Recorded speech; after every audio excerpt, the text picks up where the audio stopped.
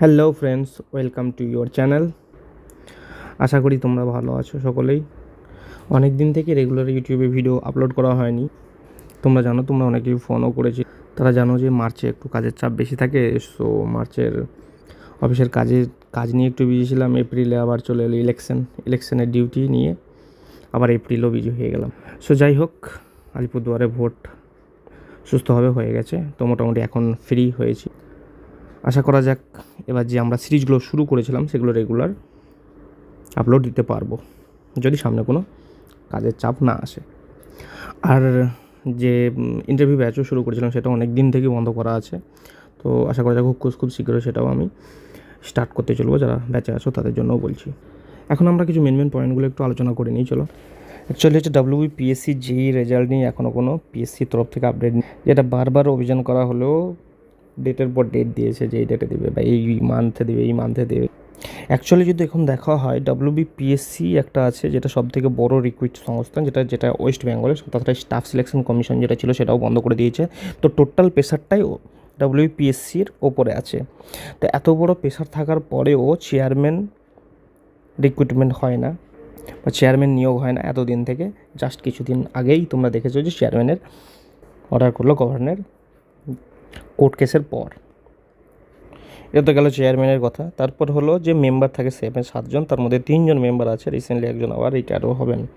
আর তুমি যদি বলো ছোটো থেকে বড় সব এক্সামের যে দায়িত্ব সব কিন্তু পিএসসির ওপরেই, কিন্তু এখনও মেম্বার নিয়োগ হয়নি। যেটা হাইকোর্টে কিছুদিন আগে রায় যখন বলেছিল তখন তাড়াতাড়ি বলেছিল যে খুব তাড়াতাড়ি, যত তাড়াতাড়ি সম্ভব তো মেম্বারগুলো ফিল আপ করার জন্য, কিন্তু এখনও পর্যন্ত কিন্তু 3জনই মেম্বার আছেন।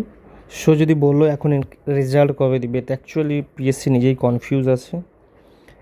পিএসসি এখন নিজেই বুঝতে পারছে। দেখো, এতজন ছেলের যখন, এতদিন স্টুডেন্টের যখন ইন্টারভিউ কন্ডাক্ট করবে, তখন প্যানেল তৈরি করে প্যানেলের মধ্যে মেম্বার লাগে। তো এত স্টুডেন্টের ইন্টারভিউ কীভাবে নেবে সেটা এখনও ইনফ্রাস্ট্রাকচার ঠিক হয়, যার জন্য পিএসসি রেজাল্ট ডিলে করছে এটা মনে হয়। কারণ পিএসসি যেই থেকে বারবারই যাওয়া হয়েছিল স্টুডেন্টের তরফ থেকে, বারবারই শুধু টাইমই দিয়েছে এই মান্থ। তো নিয়ারলি খুব তাড়াতাড়ি আশা করাটা যায় না এখন। তার মানে এটা নয় যে, দেখো একটা কিছুদিন পিএসসি যারা ওয়েবসাইটও রেগুলার ফলো করো তারা দেখবে যে কিছু যে ছোটো রিক্রুটমেন্ট যেগুলো হয়েছে 2 একটা 4টে পোস্টে, সেগুলোর কিন্তু ইন্টারভিউর শিডিউল দিচ্ছে। তো সেগুলোর নাম্বার অফ ক্যান্ডিডেট কম, তো এটার জন্য পিএসসির কোনো প্রবলেম হবে না। কিন্তু যেহেতু এটা বড় রিক্রুটমেন্ট, মাস স্টুডেন্টকে রাখতে হবে, সো এই মুহূর্তে চাপ আছে, যেটা আমার মনে হয়। অ্যাকচুয়ালি যেটা পিএসসি জানে। এখন যদি তোমরা কাউকে জিজ্ঞাসা করো যে এক্স্যাক্ট রেজাল্ট কবে দেবে, কেউ বলতে পারবে না ভাই, এক্সেপ্ট অনলি পিএসসি। তারপর একটা জিনিস তোমরা যারা আপডেট আছো তারা জানবে যে ফুড এসআই একটা এক্সাম হয়েছিল, যেটা পিএসসি নিয়েছিল 6টা শিফটে। একটা আশ্চর্যকর জিনিস, যেটা 6টা শিফটের কোশ্চেনই কিন্তু লিক হয়ে গেছে। তো একটা জানি না, এত বড় যে সংস্থান সেটা একটা এক্সামকে ঠিকভাবে কন্ডাক্ট করার মতো ক্ষমতাও এখন রাখছে না। একটা টাইম ছিল যখন পিএসসির উপর রেসপেক্ট সকলের অনেক বেশি ছিল। তো এইসব জিনিস যখনই আসছে, তো এখন সত্যি পিএসসির উপর রেসপেক্ট অনেকেরই কমে যাচ্ছে। এতদিন সবার চিন্তাভাবনা ছিল পিএসসি একটা যে সংস্থা যেটা ফ্রেশলি রিক্রুইট করে, কারণ তোমরা জানো এসএসসি স্কুল সার্ভিসের যে অবস্থা সকলেই দেখছো। তো পিএসসির প্রতি যে ভরসাটা ছিল সেটা ধীরে ধীরে কম হয়। সব থেকে বাজে হচ্ছে যে ফুড এসআই এক্সাম যেভাবে কন্ডাক্ট করলো, সত্যি দুঃখজনক ঘটনা। এটা নিয়ে কেসও হয়েছে হাইকোর্টে। সত্যি এখন জানো যে আমাদের দেশে আনএমপ্লয়মেন্ট রেট সব থেকে হাইয়েস্ট লাস্ট 30 ইয়ার্স। যদি তুমি কল্পনা করো, আনএমপ্লয়মেন্ট রেট সব থেকে বেশি এখন। যত আনএমপ্লয় আছে তার 80% বলছে ইউথ রিপোর্টে। মানে ভাবতে পারছো দেশের ইয়ং জেনারেশনের কী অবস্থা। অ্যাকচুয়ালি কী বলো, যে গভর্নমেন্টই বলো সেই গভর্নমেন্ট কি জাস্ট সবাই শুধু চাই গদি, যে কীভাবে গদিতে থাকবো। তো তোমরা নিজেই দেখছো যে একটা গভর্নমেন্ট কী করছে, শুধু ভাতা দিয়ে চালিয়ে দিচ্ছে, জানছে যে ভোটগুলো পেয়ে যাব, থেকে যাব। আর একটা গভর্নমেন্ট তো দেখতেই পাচ্ছ শুধু হিন্দু মুসলিম করে লাগিয়ে রেখে দিয়েছে, জাস্ট শুধু মানুষের ধ্যান আলাদা করার জন্য। অ্যাকচুয়ালি আলটিমেটলি সবাই গদি চাই। আর এই জন্য কারণ দোষ আমাদেরও।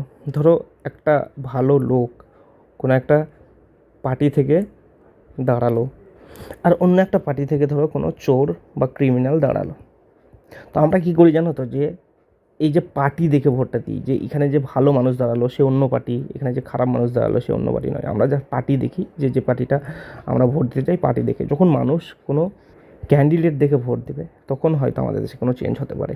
সেরকমই হয় অ্যাকচুয়ালি, যে খারাপ সেই অন্য পার্টি থেকে দেখা গেলো সেই পার্টি দেখে আমরা ভোট দিই, তো জিতে গেলো সে, তো তার কাছ থেকে কী এক্সপেক্ট করতে পারি যে আমরা কোনো বেটার কিছু হবে? এই মুহূর্তে আমাদের দেশে এত আনএমপ্লয়মেন্ট রেট, এত দ্রব্যমূল্য বৃদ্ধি বেড়েছে, তুমি মিডিয়াতে একবার দেখবে এই আনএমপ্লয়মেন্ট রেট নিয়ে একটা ডিবেট হবে না। মিডিয়া এক কথাই বলবে সব চাঙ্গাসি। যাই হোক, একটাই পারে দেশ চেঞ্জ করতে, কিন্তু অ্যাকচুয়ালি কী বলো তো, মোস্ট অফ দ্য ইউথ কী করে ইলেকশনে পার্টিসিপেটই করে না, নিজের ভোটটা দিতেও যায় না। বাট তারপরে যখন ভোটের রেজাল্ট হয়ে যাবে, গভর্নমেন্ট ফর্ম হয়ে যাবে, তখন বড় বড় ডায়লগ মারবে যে এই গভর্নমেন্টের এই জিনিসটা ভালো না, ওই গভর্নমেন্টের এই জিনিসটা ভালো না। তুমি গভর্নমেন্ট ফর্ম করার জন্য নিজের কন্ট্রিবিউশন তো দিলে না, তাহলে কেন গভর্নমেন্টকে ক্রিটিসাইজ করার অধিকারটাও নিশ্চয়ই তোমার নেই। তো যাই হোক, নিজের ভোটটা দিও সকলেই, এটুকু এক্সপেক্ট করব। ভোট দিও বেটার ফিউচারের জন্য। এখন আসে নির্মাণ সহায়কের কথাই। যে দেখো, নির্মাণ সহায়কের যে নোটিশটা বেরিয়েছিল সেটা নিয়ে আমি আলোচনা করেছি আগের ভিডিওতে, যে একটা লাস্ট ভিডিও বানিয়েছিলাম, সেখানে গিয়ে দেখতে পারো যে কী আলোচনা করেছি। তো যাই হোক, ওটা একটা টেন্টেটিভ যে ভ্যাকেন্সি অল ওয়েস্ট বেঙ্গলে কতটা আছে সেটা নিয়ে একটা আইডিয়া দিয়েছিল। তো এটা জাস্ট ভোটেরই এক প্রোপাগান্ডা।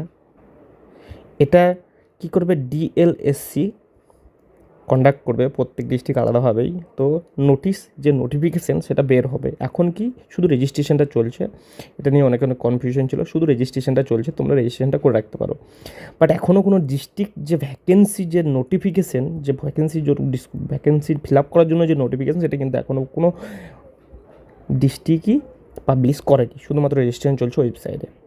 তো এটা জাস্ট ভোটের আগেই, যাই হোক বুঝে যাও, বলার কিছুই নেই। তো খুব রিসেন্টলি এটার যে এই যে ভ্যাকেন্সি নোটিফিকেশান রিসেন্টলি খুব তাড়াতাড়ি পেয়ে যাবে, এরকম কিন্তু কোনো আশা নেই। এটার জন্য একটু টাইম লাগবে, ভ্যাকেন্সিটা বার করার ছিল সামনে যেহেতু ইলেকশন, সেই জন্য। যাই হোক, লাস্টে এটাই বলবো যে তোমাদের প্রিপারেশন যেটা চলছে সেটা চালিয়ে যাও, একদম গ্যাপ বেশি দিয়ে দেও না। তাহলে কী হলো, তোমাদের যে প্রিপারেশন স্টেজে ছিলে, ভালো যে স্টেজে, সেটা কিন্তু ক্ষতি হবে তোমাদেরই। তো রেগুলারিটি মেনটেন রাখো পড়াশোনার মধ্যে, এই জিনিসটা বলবো তোমাদের। আর ভাই, ভিডিও দেখার পর কমেন্টে এটা বলবে না দাদা স্যার যে রেজাল্ট কবে দেবে, এই জিনিসটা আর কমেন্ট করো না ভাই। সব জিনিস এখানে আলোচনা করেছি। যদি অ্যাকচুয়াল রেজাল্ট ডেট কবে জানতে হবে, তাহলে পিএসসি যাও ভাই, পিএসসিতে জেনে আসো। এক্স্যাক্ট রেজাল্ট ডেট কেউ বলতে পারবে না, এক্স্যাক্ট পিএসসি চেয়ারম্যান, ঠিক আছে? যাই হোক, তোমাদের আমি ক্লিয়ার করে দিলাম লাস্টে।